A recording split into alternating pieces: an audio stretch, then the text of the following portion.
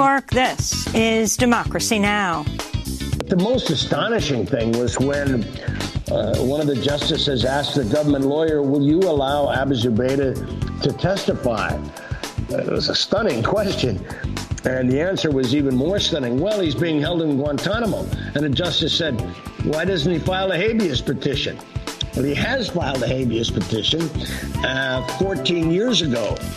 The torture cover-up continues. We'll look at Wednesday's Supreme Court oral arguments about Guantanamo prisoner Abu Zubaydah, who was waterboarded over 80 times at a secret CIA black site.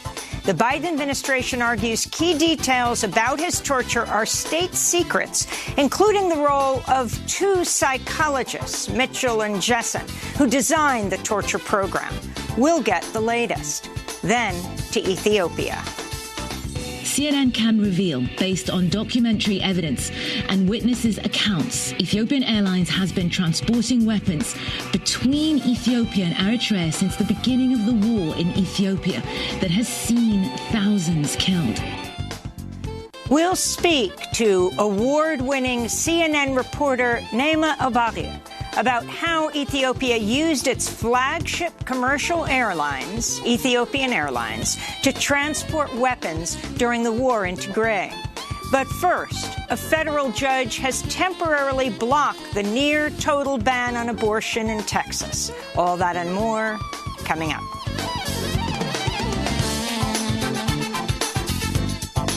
Welcome to Democracy Now!, democracynow.org, the War and Peace Report. I'm Amy Goodman.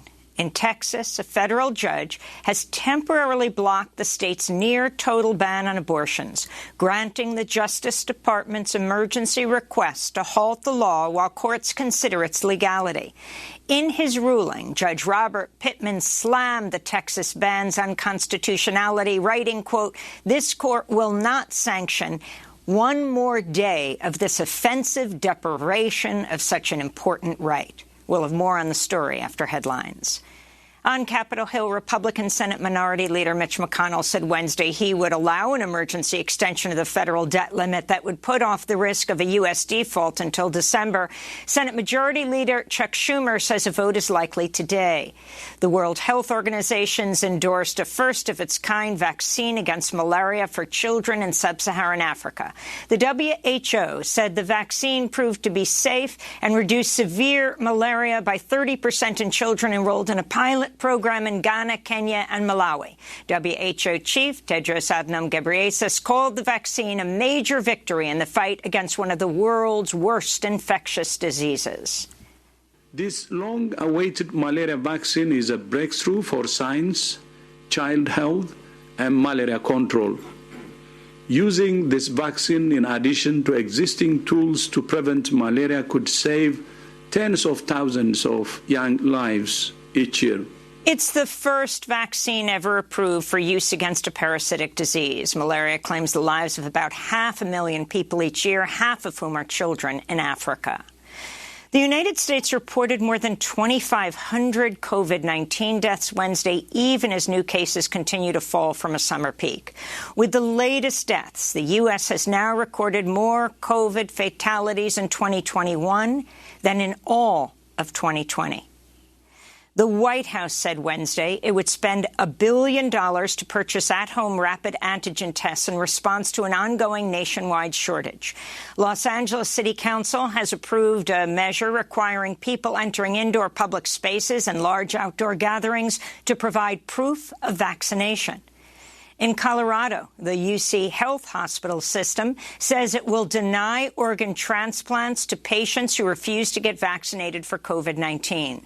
Most transplant centers already require patients to receive other vaccinations, like for hepatitis and measles, and routinely make organ recipients pledge to abstain from tobacco and alcohol. In Afghanistan, a UN agency will start paying to keep the country's fragile healthcare infrastructure afloat after the flow of international aid dollars, which the health sector relied on, dried up following the Taliban takeover in August. This includes paying the salaries of at least 25,000 health workers. Last month, the Biden administration granted special licenses to some organizations, including the UN, to engage in transactions with the Taliban, which is under U.S. sanctions. Meanwhile, the humanitarian situation is becoming increasingly dire. This is Afghanistan Director of the World Food Programme, Mary Ellen McGroarty. The 38 million Afghans who still live in the country are adjusting to a new reality. It is incredibly sad, and over the weeks, a humanitarian crisis has just escalated and magnified at an incredible pace. It's a crisis that has its roots in decades of conflict and the increasing pressures of climate change. The United Nations Secretary-General has appointed Staffan de Mistura of Italy as his personal envoy for Western Sahara. The appointment comes after the post went vacant for over 2 years. Morocco's occupied Western Sahara since 1975 in defiance of the United Nations and international law. Over the past 4 decades, thousands of Western Sahara's indigenous people, the Sahrawi, have been tortured, imprisoned, killed, and disappeared while resisting the Moroccan occupation. To see our exclusive documentary, 4 Days in Western Sahara, Africa's Last Colony, go to democracynow.org. Back in the United States, the Education Department is temporarily expanding student loan forgiveness for public service workers. The move is expected to benefit 550,000 people, including teachers, social workers, military members, and others who were previously not included in the public service loan forgiveness program. In Texas, a crude oil spill Wednesday at the Marathon Galveston Bay refinery near Houston is prompting even more calls to break free from fossil fuel dependence. This comes as Southern California confronts one of its worst-ever oil spills from an underwater pipeline. Meanwhile, a recent study by the International Monetary Fund found the fossil fuel industry receives subsidies of $11 million per minute, despite pledges by world leaders to fight the climate catastrophe. The Biden administration is restoring several key provisions to the National Environmental Policy Act related to the review process of infrastructure projects. The environmental and community safeguards were gutted last year under the Trump administration. A federal appeals court has blocked a California law banning private prisons, arguing it infringes on federal authority over immigration policy. The California law, which went into effect last year, bans new and renewed contracts with private prisons and phases out all private facilities by 2028, including immigration jails run on behalf of ICE. That's Immigration and Customs Enforcement. The state of California says it'll appeal the latest ruling. A school shooting in Arlington, Texas Wednesday left 4 people injured. The suspect, an 18-year-old student, has been taken into custody. The attack sparked renewed calls to tighten Texas's gun laws. Last month, the state's permitless gun law went into effect, which allows people to carry firearms without a license as long as they have no priors with state or federal law. In Colorado, workers at 5 Amazon warehouses are seeking class action status for a lawsuit alleging the retail giant refused to pay them for time spent at employee-mandated COVID-19 screenings before the start of their shifts. The workers say beginning in March 2020, they routinely waited in long lines for up to 1 hour to answer questions about their symptoms and have their temperatures checked. More than 10,000 workers were affected. Under Colorado law, workers must be paid when they're required to be on their employer's premises or on duty. Vermont Independent Senator Bernie Sanders is pushing back against Senator Joe Manchin after the West Virginia Democrat said he would oppose much of President Biden's $3.5 trillion 10-year budget reconciliation package known as the Build Back Better Act. Manchin told reporters last week he doesn't want to create a, quote, entitlement society. On Wednesday, Senator Sanders said U.S. working families should be entitled to child care, universal pre-K, affordable prescription drugs, dental and vision benefits, free community college, and a world free from catastrophic climate change. Sanders called on Manchin to make it clear which of these proposals he wants to cut. The time is long overdue for him to tell us with specificity, not generalities, we're beyond generalities, with specificity, what he wants and what he does not want, and to explain that to the people of West Virginia and America. This week, immigrants and their supporters began a 4-day round-the-clock sleep-out protest outside the Brooklyn home of Democratic Senator Chuck Schumer. They're demanding the Senate Majority Leader overrule the Senate parliamentarian and include immigration policy in the Build Back Better budget reconciliation package. This is Alejandra Marin, an undocumented essential worker member of the group New Immigrant Community Empowerment. We need a change in the laws in this country. We need Congress, President Biden, Kamala, Schumer. We are here in front of your house asking for immigration reform for the 11 million undocumented. We are the backbone, the foundation of this economy. We deserve justice. We deserve equality. We deserve human respect as people, as human beings, as essential workers of this country. For that reason, I'm here with all of you today to fight for a just immigration reform for all immigrants and essential workers of this country. And the 2021 Nobel Prize in Literature will be awarded to Tanzanian novelist Aburaza Garna. The Nobel Committee cited his, quote, uncompromising and compassionate penetration of the effects of colonialism and the fate of the refugee in the gulf between cultures and continents, unquote. Garna is the first black African writer to win a Nobel Prize since Wole Soyinka in 1986.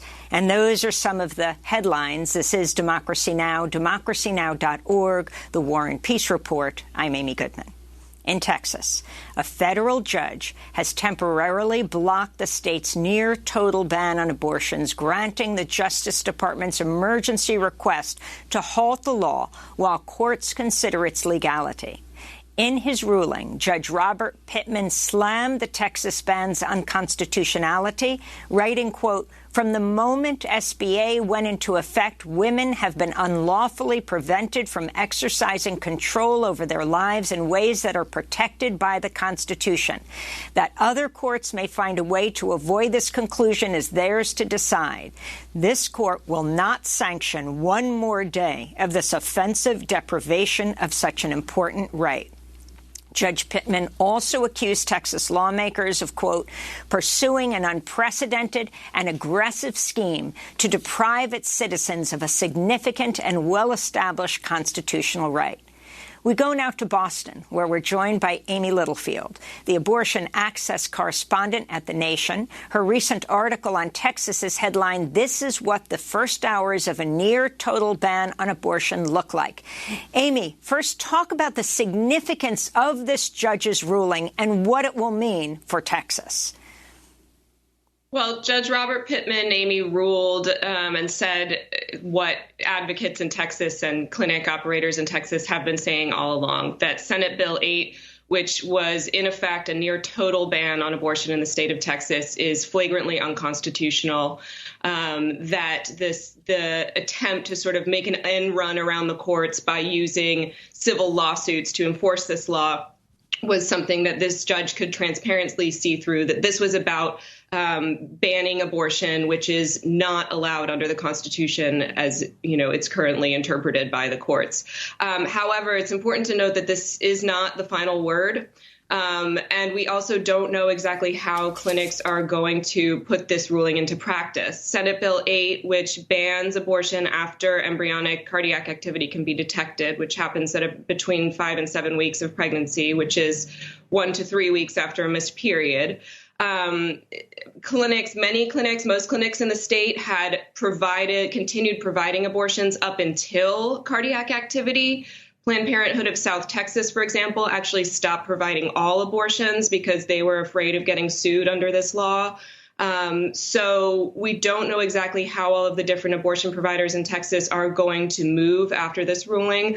But I know Whole Woman's Health, an independent clinic that has been out in front fighting Senate Bill 8 from the beginning, has said they're going to move as quickly as possible to start resuming abortions, even though the law has this sort of hidden, Russian nesting doll provision that actually allows, even though there's a preliminary injunction in place, it allows abortion providers and anyone who aids or abets in an abortion to be sued while the preliminary injunction is in place retroactively. In other words, if the Fifth Circuit Court of Appeals or the Supreme Court puts this law back into place, anyone who violates it in the meantime, even though it's on hold, could still face a lawsuit. And again, for folks, who haven't been following this, the civil lawsuit provision is what is so nefarious and what gave conservative justices cover to allow this law to go into effect. That is, that instead of being enforced by the state of Texas, this law is enforced by private citizens who can sue anyone who helps someone get an abortion for $10,000. I mean, and just to elaborate on that for people to understand, it could be the taxi driver who brings a person to a women's health clinic to get an abortion. It could be the anti-abortion activist outside who takes down the license plate, finds out who that is, and sues for $10,000. It could be a person in another state who has nothing to do with this, who sues, for example, as happened, the Texas doctor who gave an abortion to a person. It could be a disbarred attorney in another state under house arrest, who I believe was the first person to sue Dr. Alan Braid when he openly violated the law in Texas. So, yes, I mean, that is the sort of bounty hunter provision of this. But, I mean, the effect has been a near total ban, which is a lot less, creative and exciting and much more sort of transparently the goal of anti-abortion forces all along was to cut off access to abortion in Texas. And we saw this happen in the state previously last year during the pandemic, the sort of height of the pandemic in March and April of 2020. Governor Greg Abbott tried to ban abortion as a non-essential service. And just like Senate Bill 8, that measure wound its way through the courts. Access flipped off and on 8 times. You had clinic staff coming out into the waiting room telling patients who had been sitting there waiting for their procedures, sorry, we just heard that the court ruled against us and you're going to have to go home and we'll call you if we can see you again. You had this sort of back and forth going on. We could see that start to play out again in Texas because immediately this decision in favor of abortion rights has already been appealed to the Fifth Circuit. And of course, the end of the line is the Supreme Court. And I think one of the most significant things about this Texas law is that the Supreme Court showed their hand. They showed that they are ready to allow a near total ban on abortion to go into effect in a state where 1 in 10 women of reproductive age and an untold number of trans and non-binary people capable of getting pregnant live.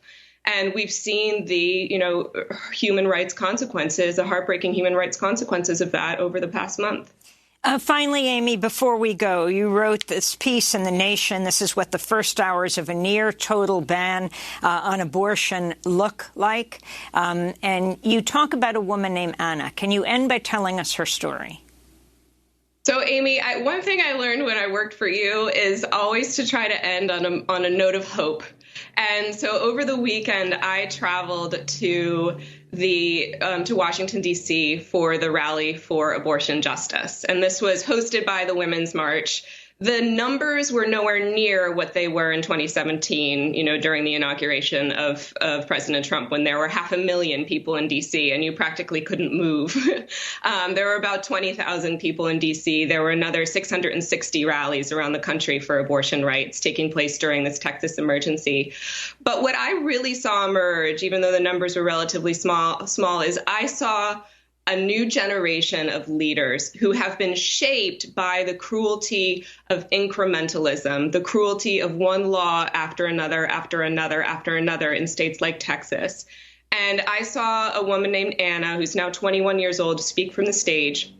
She tried to get access to hormonal contraception in Texas the month that she turned 17, but she couldn't get it because, you may not know, Texas actually requires parental permission for teenagers to get abortion, to get not just abortion, but access to contraception.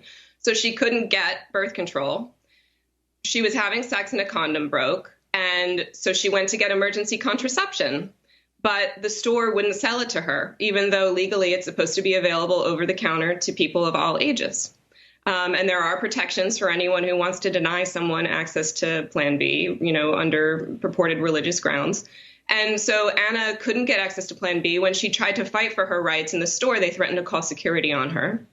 And by the time she finally got Plan B, she said, you know what, I think it's too late. And she took a pregnancy test every single day. When it turned up that she was pregnant, she immediately knew that she had to seek a judicial bypass procedure, because in Texas, you have to have a parent's permission to get an abortion if you're a minor.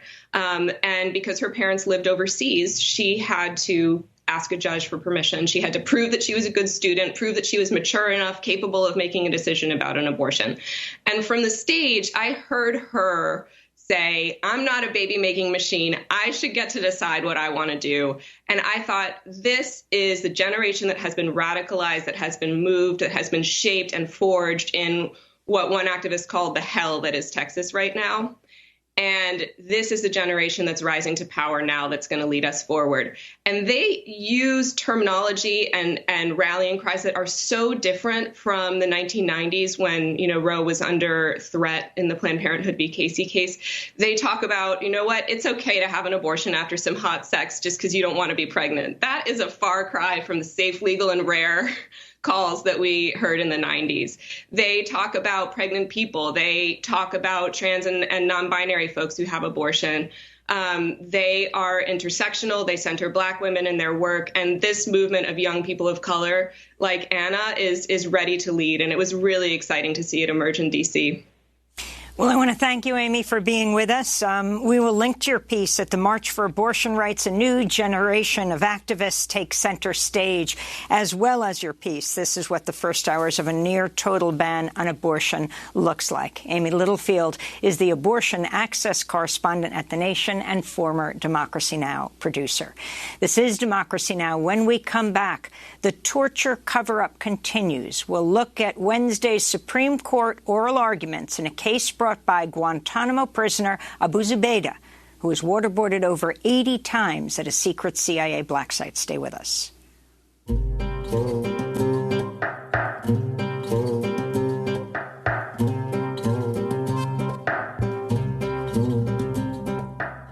لم يبق هنا أحد لم يسمع ضجته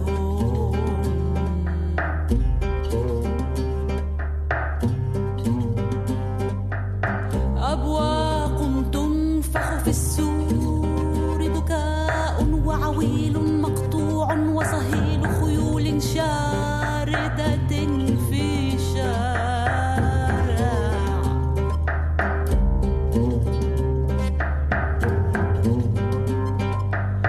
أجيال تهبط أجيال تصعد في كل شروق وغروب.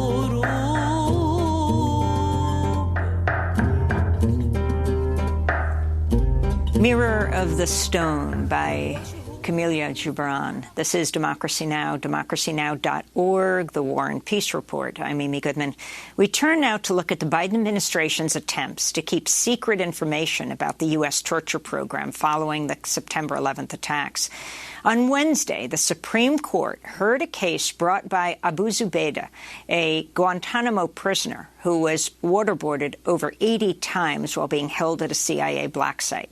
His legal team has spent years trying to obtain testimony from two psychologists, Drs. James Mitchell and Bruce Jessen, who helped the CIA design and implement its torture program. The U.S. government's also trying to keep secret the location in Poland of the CIA black site where Abu Zubaydah was tortured. Wednesday's hearing took a surprising turn when several justices asked why the United States is refusing to allow Abu Zubaydah to testify himself in an ongoing inquiry in Poland. This is Justice Stephen Breyer questioning Abu Zubaydah's attorney, David Klein. Why don't you ask Mr. Zubaydah? Why doesn't he testify? Why doesn't Mr. Zubaydah, he was there, why doesn't he say, this is what happened? And they won't deny it. I mean, I don't think, if he's telling the truth. You're talking about Mitchell or Jessen? No, I'm not. I'm saying the person who was there was I don't know if he's your client. Isn't he your client? His name is on this thing. Abu Zubaydah. Yes. Abu Zubaydah cannot testify. Why not? Because he is being held incommunicado. He has been held in Guantanamo. Why? Just out of, I'm not sure this is relevant, but in Hamdi, we said you could hold people in Guantanamo. The words were, active combat operations against Taliban fighters apparently are going on in Afghanistan. Well, they're not anymore. Why is he there? That's a question to put to the government. We don't know the answer. Have you filed a habeas or something? Get him out? There's been a habeas proceeding pending in D.C. for the last 14 years. There's been no action. They don't decide it? I'm sorry? You just let it sit there. All right. No, I guess this is not relevant, but I'm just curious. Personally, I'm not handling that proceeding. But no, my understanding is that we've done everything we could to move it forward, but it simply has not moved forward. That's an excerpt from the oral arguments in the Supreme Court case United States versus Zubaydah. We're joined now by two guests. Ray Bonner is a Pulitzer Prize-winning investigative journalist. He's producing a documentary with Alex Gibney about Abu Zubaydah and the CIA's interrogation program called The Forever Prisoner. His latest article for ProPublica is, will the United States officially acknowledge that it had a secret torture site in Poland? Also with us, Joe Margulies, an attorney for Abu Zubaydah, professor of law and government at Cornell University. He was counsel of record in the landmark Guantanamo case, Rasool versus Bush. We welcome you both to Democracy Now! Joe, let's begin with you. You're part of the legal team. The case argued before the Supreme Court. Talk about the significance of the oral arguments yesterday. And when you use words like habeas corpus, explain exactly what that means. Of course. Thanks. Sure, it was an extraordinary argument in several respects. The narrow question is whether we can secure the testimony of James Mitchell and Bruce Jessen for use by the Polish prosecutors in their investigation into whether crimes were committed in Poland at the black site there. But the more important turn that the oral argument took is several things. One, virtually every justice on the court described Abu Zubaydah's treatment as torture. They used that word. There were no euphemisms. There was no equivocation. Everyone understood that what happened to him was torture. Second was the observation that you made, which is the questions by Justice Breyer, Justice Gorsuch, and Justice Sotomayor asking, why is it that you can't just let Abu Zubaydah testify? That obviously would obviate the need for Mitchell and Jessen's testimony. And what was as interesting as their request that Abu Zubaydah be allowed to testify was the government's equivocation and inability to answer that. They were asked, that is, the Solicitor General was asked to provide a follow-up statement, so they'll be filing something else, explaining whether they're going to allow Abu Zubaydah to testify. And if they do, that will be a sea change at Guantanamo. That will be a radical change. Guantanamo was built to be an isolation chamber, and they have never allowed any detainee to have uncensored access to the outside. The whole purpose of it was to prevent that kind of communication. So if that changes, that will be a radical thing. And the third piece that was really interesting was Justice Breyer's observation, which we have been arguing on Abu Zubaydah's behalf for some time, as well as other detainees have made this argument, that there are no hostilities left in Afghanistan. The legal justification for continuing to hold guys has disappeared. We've been making that argument, and yesterday we heard a Supreme Court justice accept it as though it were commonplace. How could anyone think otherwise? Well, of course, that's what we've been saying for some time. As you speak, we're showing for our web and television audience around the world the artwork of Abu Zubaydah in Guantanamo. Raymond Bonner, it's great to have you with us. Can you talk about the story of Abu Zubaydah? Tell us who he is. You're doing a documentary, The Forever Prisoner, on him. Yes, he was the first terrorist suspect captured after 9/11. He was captured seized in Pakistan in a joint CIA, FBI, to some extent Pakistani police operation. And he was rendered, he's the first captured, he was the first taken to a secret prison. I mean, I've interviewed both the CIA, the head of the CIA operation and the FBI operation at the time, and Zubaydah was taken, the first to be rendered to a secret site. He was taken to Thailand, and soon after he got there is when James Mitchell and then Bruce Jessen showed up and began the interrogation. And as Joe just pointed out, it was very interesting yesterday in the argument to hear, and Justice Barrett included, talking straight about torture. What happened to Zubaydah was torture. There was none of this euphemisms like EITs, enhanced interrogation techniques. And he was the guinea pig in a way. This is where Mitchell designed the program and tested the program of torture. Amy, it's always struck me that a lot is made of the 83 times he was waterboarded. If you read what was done to him, read in the government cables that were sent at the time. I mean, to me, the waterboarding was almost benign. I mean, they kept him sleepless. They put him in a small coffin-sized box for hours overnight. He couldn't move. They hung him by the cell bars and with his feet dangling off the ground. I mean, it got to the point it was so bad that Mitchell would just snap his fingers and Zubaydah would get onto the waterboard. I mean, what they did to him was far worse, in my view, than waterboarding. And then when journalists started to get onto the story about a secret prison, and you got to remember this was back in 2002, and we didn't know about secret prisons and black sites. And when they found out about it and started to ask questions, then the CIA moved them to Poland, and quietly, of course, secretly, and which leads to the case, as Joe has described, that's in the Supreme Court, that was heard in the Supreme Court yesterday.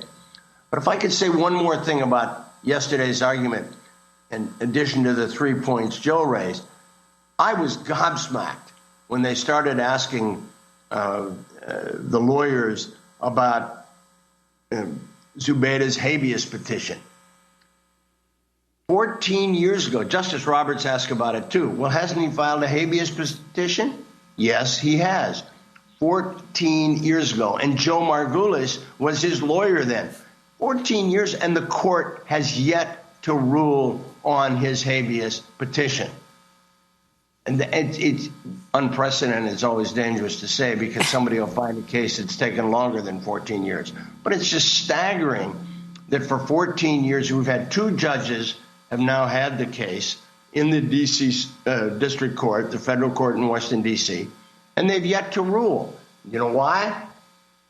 The cables are there. Because in 2002, Mitchell and the CIA interrogators in Thailand sent a cable to Washington saying, we're about to do these EITs, the torture of this guy. He might die, they said. He might die. And if he does, we're going to cremate him.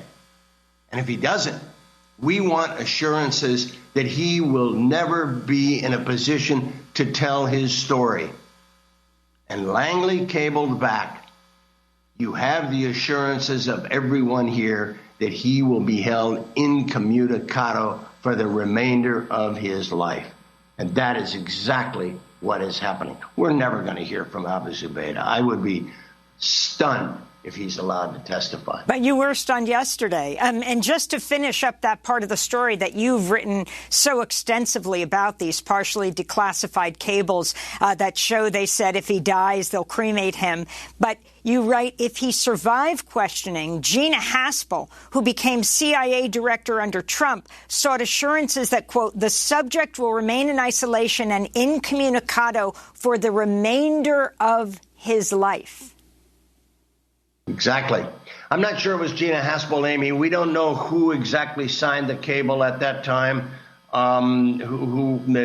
because they've been redacted to a degree that we don't know who the signatories are. We just know the language of it, and they're quite revealing. And they certainly probably came from the Alex Station, as you know, which was the group at the CIA that was trying to find Osama bin Laden. Joe may know who sent those cables.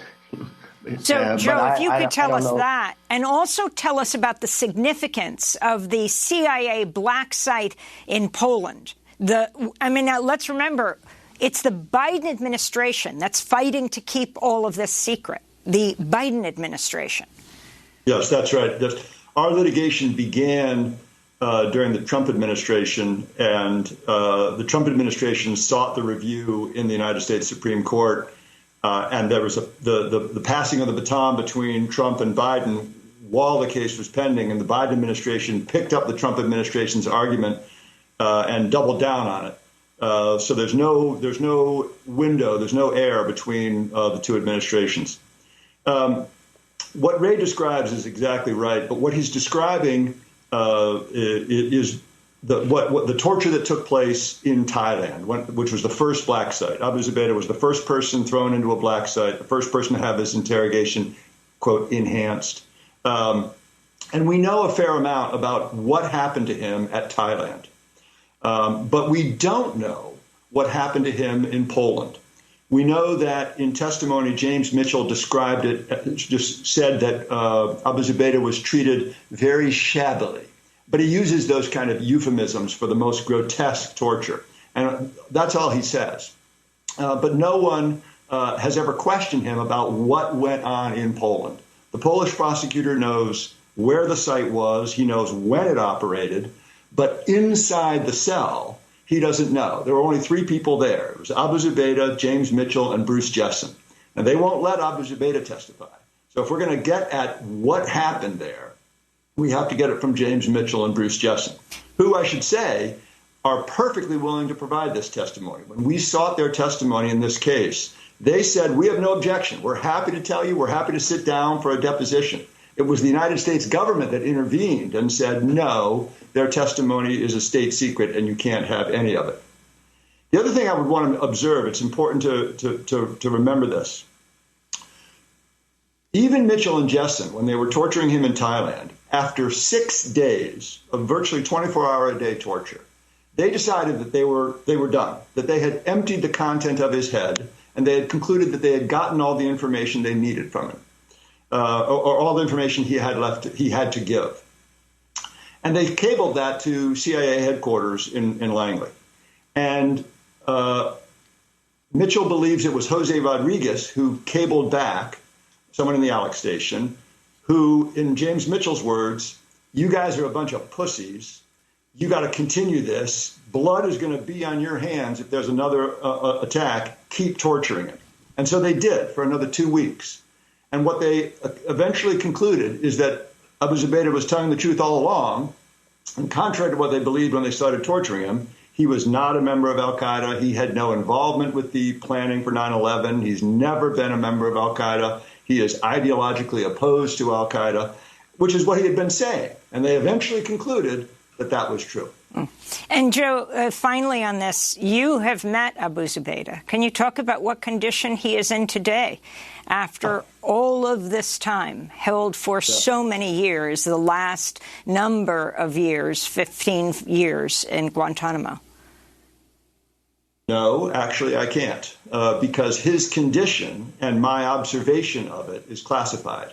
Everything he tells me, this is why the government's, or rather the court's question is so comical. Everything he tells me and everything I learn from him is classified at the highest level. It's top secret. So if he says to me, for instance, I'm having terrible headaches and I vomit every morning, I can't relay that to you. I can't say this is what he says. I can only write it down and then submit it to the CIA for declassification. And we have submitted over 100 pages of Abu Zubaydah's statements and recounting of what happened to him. Excuse me. And that's been submitted for years, and the CIA has never cleared it. Many years ago, they authorized me to say that I am very concerned about his welfare. Very concerned or gravely concerned, some adverb like that. And I can tell you that nothing has changed between then and now. I remain very concerned. But that's all I'm allowed to say. Well, I want to thank you both for being with us. Joe Margulies, attorney for Abu Zubaydah, and Raymond Bonner, investigative journalist, producing a documentary with Alex Gibney about Abu Zubaydah and the CIA's interrogation program called The Forever Prisoner. We'll link to your piece in ProPublica. Will the United States officially acknowledge that it had a secret torture site in Poland? Coming up, we'll speak to the award-winning CNN reporter Naima Al-Bagher about how Ethiopia used its flagship commercial airline, Ethiopian Airlines, to transport weapons during the war in Tigray. Stay with us.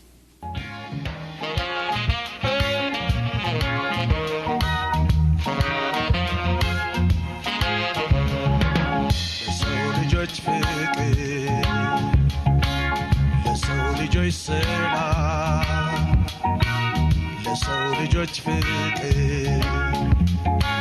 ለሰው ልጆች ሰላም ለሰው ልጆች በዓለም ዙሪያ ሁሉ ሰላም ይሁን ምድሩ ሁሉ ሰላም ሰላም ሰላም በዓለም ዙሪያ ሁሉ ለሰው ዘር በሙሉ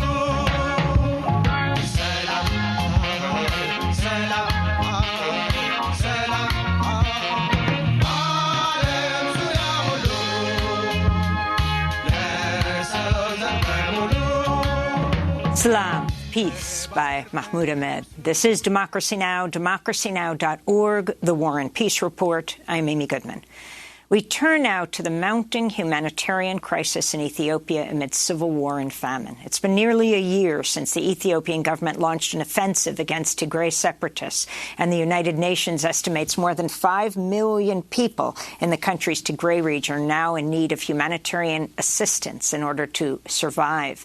But UN officials say Ethiopia's government is blocking the movement of medicine, food, and fuel into Tigray. In response, Ethiopian officials expelled 7 senior UN officials from Ethiopia last week, giving them just 72 hours to leave the country. The UN Security Council held an emergency meeting Wednesday to discuss the crisis in Ethiopia, where UN Secretary-General Antonio Guterres pushed back on the expulsion and called for Ethiopian officials to grant unhindered aid access. Ethiopia's UN ambassador, Tayatska Selassie, pushed back in an extraordinary exchange. This is Guterres. All efforts should be squarely focused on saving lives and avoiding a massive human tragedy. This makes last Thursday's announcement by the government of Ethiopia to expel 7 senior UN officials, most of them humanitarian staff, particularly disturbing. Expulsion was not our primary course of action. In multiple occasions, we explained our concern to UN officials. On July 8, 2021, the Deputy Prime Minister and Foreign Minister of Ethiopia wrote a letter to the UN Secretariat explaining in great details the misconducts of the UN staff that require corrective measures. If there is any written document provided by the Ethiopian government to any UN institution about any of the 8 members of the UN that were expelled, I would like to receive a copy of that document because I have not had any knowledge of any of them. So that's the UN Secretary-General Antonio Guterres having a back and forth with Ethiopia's ambassador to the United Nations. This comes as the Ethiopian Prime Minister, the Nobel laureate Abiy Ahmed, was sworn in on Monday for a second term, even as he's come under fire for his handling of the conflict. On Wednesday, CNN reported Ethiopia's government has used the country's flagship commercial airline to shuttle weapons to and from neighboring Eritrea during the civil war. This is part of the investigation by CNN's Naima Al-Bagher. Ethiopian Airlines is Africa's premier carrier of passenger and freight traffic. But among the regular cargo, evidence of sinister shipments. CNN can reveal, based on documentary evidence and witnesses' accounts, Ethiopian Airlines has been transporting weapons between Ethiopia and Eritrea since the beginning of the war in Ethiopia that has seen thousands killed. According to aviation experts, this would constitute a violation of aviation law. Among the evidence are these stills that were taken on board Ethiopian Airlines flight ET3313 and verified by CNN. It's the middle of the night. This cargo plane is being loaded by hand, a slow and unorthodox method. But look closer. This isn't usual cargo. Inside these boxes are mortars. They are being loaded onto this civilian aircraft and transported from Eritrea to Ethiopia. Here is the cargo manifest, corroborating the day and time, November 8th, 2020. The date is significant. It's just 4 days into the conflict and months before Eritrea officially admits to being involved. That's part of the new CNN investigation by Nema Bahir called Ethiopia Used Its Flagship Commercial Airline to Transport Weapons During War in Tigray. She's an award-winning senior international correspondent for CNN. For more, she's joining us from London. Nema, welcome back to Democracy Now! This is explosive, about the explosives that the Ethiopian government was transporting. Can you lay out the significance of this and also then the response of the Ethiopian government? Well, it goes to the heart of the narrative that Ethiopia and Eritrea have been positing right from the beginning of this conflict, that the Tigray People's Liberation Front attacked Ethiopia in their northern command, which they did. But the TPLF have always said they attacked Ethiopia because there was a joint Ethiopian-Eritrean plan to attack them, to finish them, as was put at the time. Now, Ethiopia and Eritrea have always denied that. They say November 4th, they were blindsided. They needed to launch this law enforcement operation. November 14th, the TPLF rocketed Asmara, and that was when the two former enemies turned allies came together. What we found, it untangles, it dissolves all of that narrative, because we found right from the first week of November that these flights were going back and forth, gun running between the two allies. So even before the TPLF hit Asmara, they were already planning on attacking Tigray, and Eritrea needed this weaponry to be able to come down from the north into Tigray. This narrative that somehow the Ethiopian government was caught unawares begins to crumble.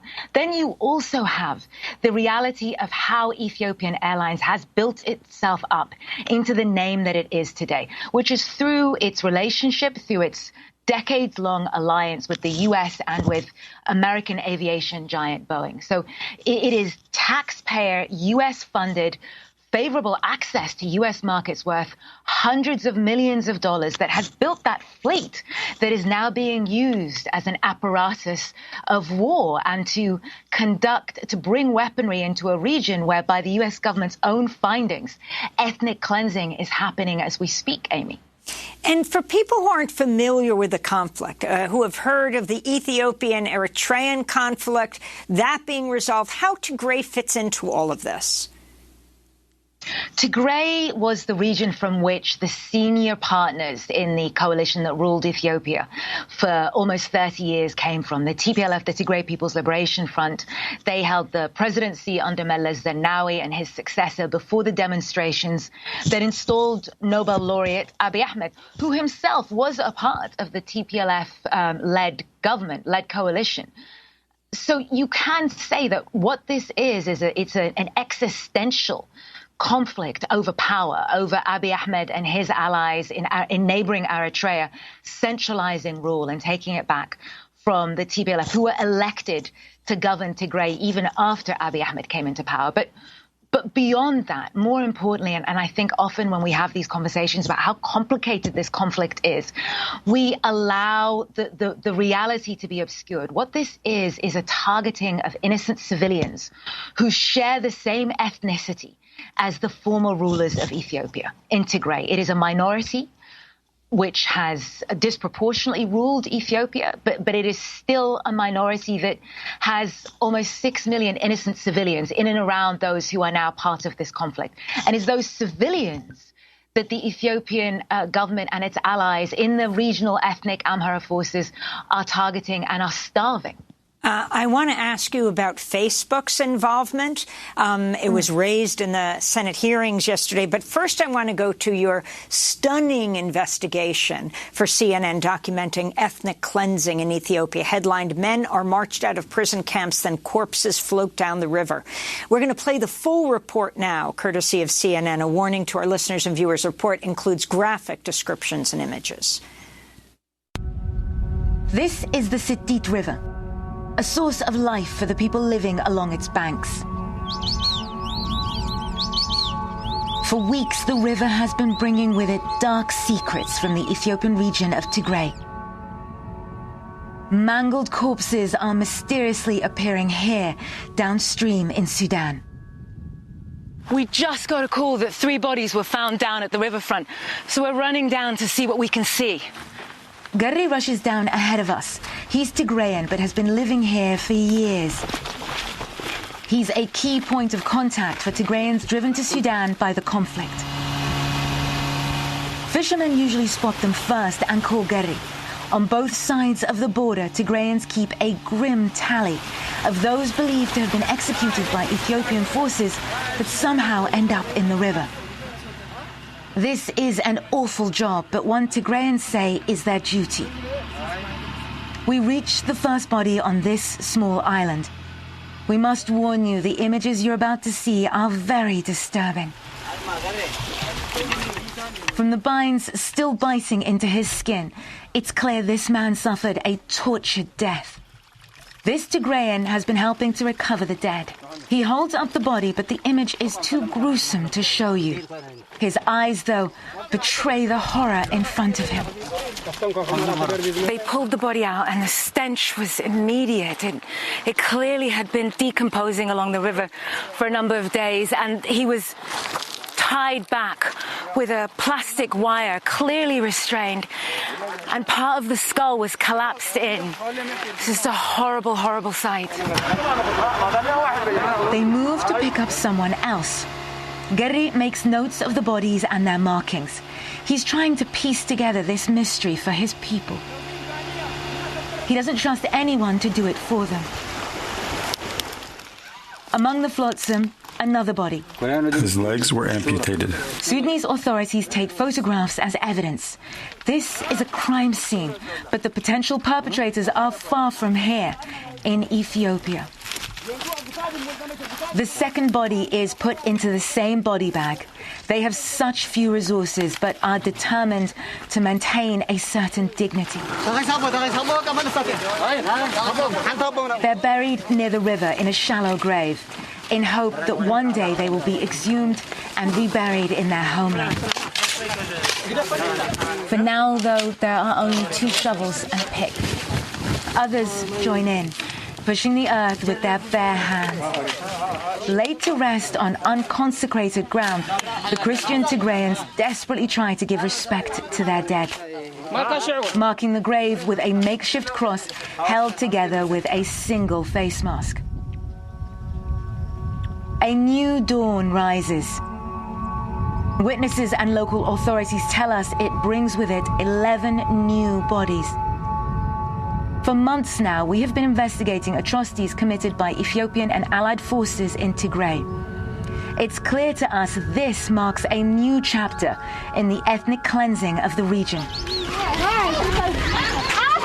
But here in Sudan, there are survivors. Alfen, the living speaking on behalf of the dead.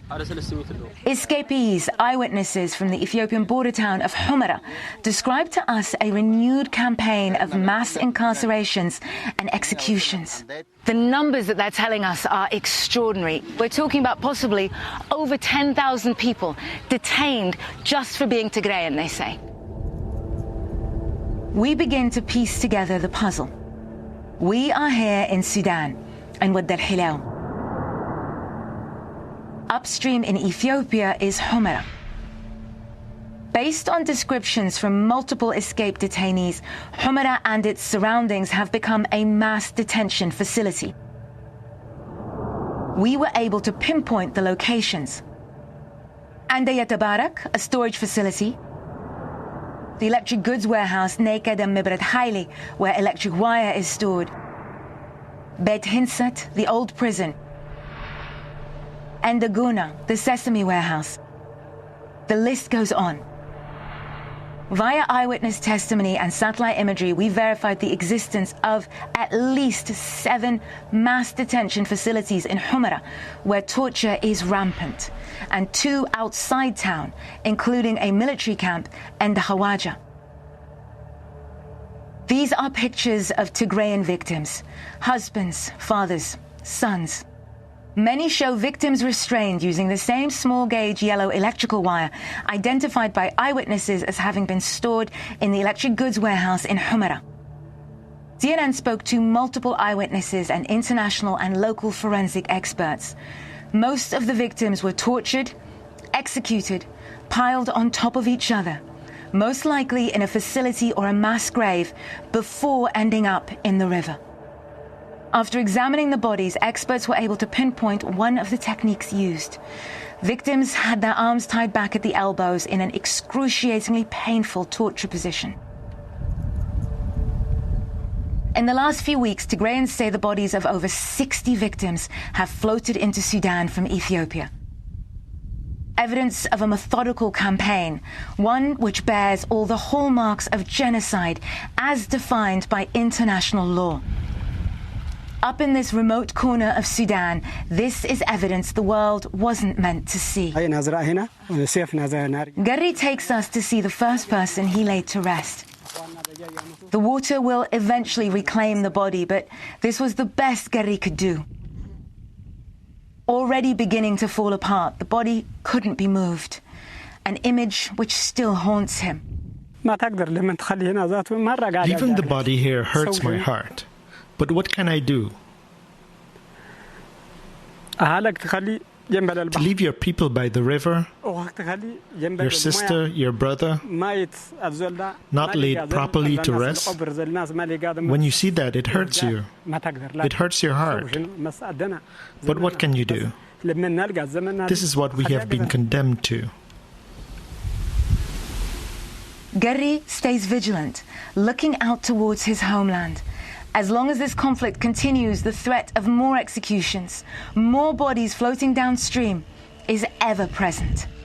Naim al-Baghir, CNN, Wad al-Hilaw, Eastern Sudan. Again, the award-winning senior international correspondent for CNN, Naim al-Baghir. That report, just astounding and important. I wanted to end by asking you about the role of social media in the, would you call it genocide in Ethiopia and Tigray, both Twitter, Facebook? Well, genocide is a legal ruling, so we can't make that ruling, but we can and do believe it has all the hallmarks of genocide. There's no doubt that social media, especially Facebook, has played a huge role in this. It was incredibly chilling to hear that testimony in front of Congress because it mirrored so much the experience of that I have gone through, that other journalists attempting to report on this have gone through.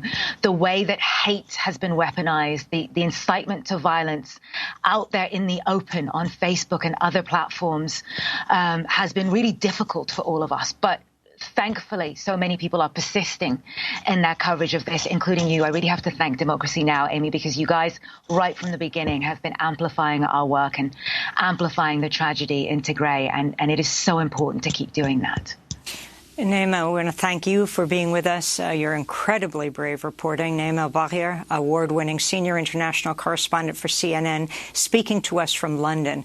The most recent CNN investigation, Ethiopia used its flagship commercial airline, Ethiopian Airlines, to transport weapons, we'll link to, as well as her previous work. That does it for our show. Democracy Now! Is currently accepting applications for 2 positions, a Director of Finance and Administration and a Human Resources Manager. manager. Learn more and apply at democracynow.org. Democracy Now! Produced with Renee Feltz, Mike Burke, Dina Gosder, Messiah Rhodes, Nermeen Sheikh, Mary Terracina, Tammy Warren, Tarina Nadura, Sam Alcoff, Tim Rias, Studio, John Hamilton, Robbie Karen, Honey, Masood, Adriano Contreras. I'm Amy Goodman. Thanks for joining us.